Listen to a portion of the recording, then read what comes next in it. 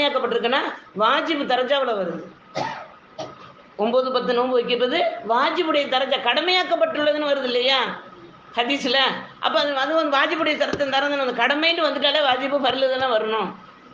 அப்போ நம்ம இன்ஷா அல்லாஹ் அந்த ஆசுராவுடைய நாள் அல்லாஹு தாலா உலகத்தில் எல்லா நல்ல விஷயங்கள் நபிமார்களுக்கெல்லாம் அல்லாஹு தாலா கொடுத்த எல்லா நிகமத்துகளும் கொடுத்த நாள் அந்த ஆசுராவுடைய நாள். அது உங்களுக்கு எல்லாருக்கும் தெரியும். நினைவு கூறுறதா இருந்தால் அடுத்த வாரம் அந்த நபிமார்களுடைய தொடரை பார்ப்போம். அல்ஹம்துலில்லாஹ். அடுத்தது 4வது, இந்த 9, 10 நோன்பு பிடிப்பவர்களுக்கு முந்திய சிறு பாவங்கள் மன்னிக்கப்படுகிறது. அந்த 9 நோன்பு 8, 9, 10 நம்ம நோன்பு வைக்கிறோம் இல்லையா. இப்போ அரஃபா நோன்பு 1 வச்சது போல இங்கே இது 1 வைக்கக்கூடாது. 9, 10 கட்டாயமாக வைக்கணும்.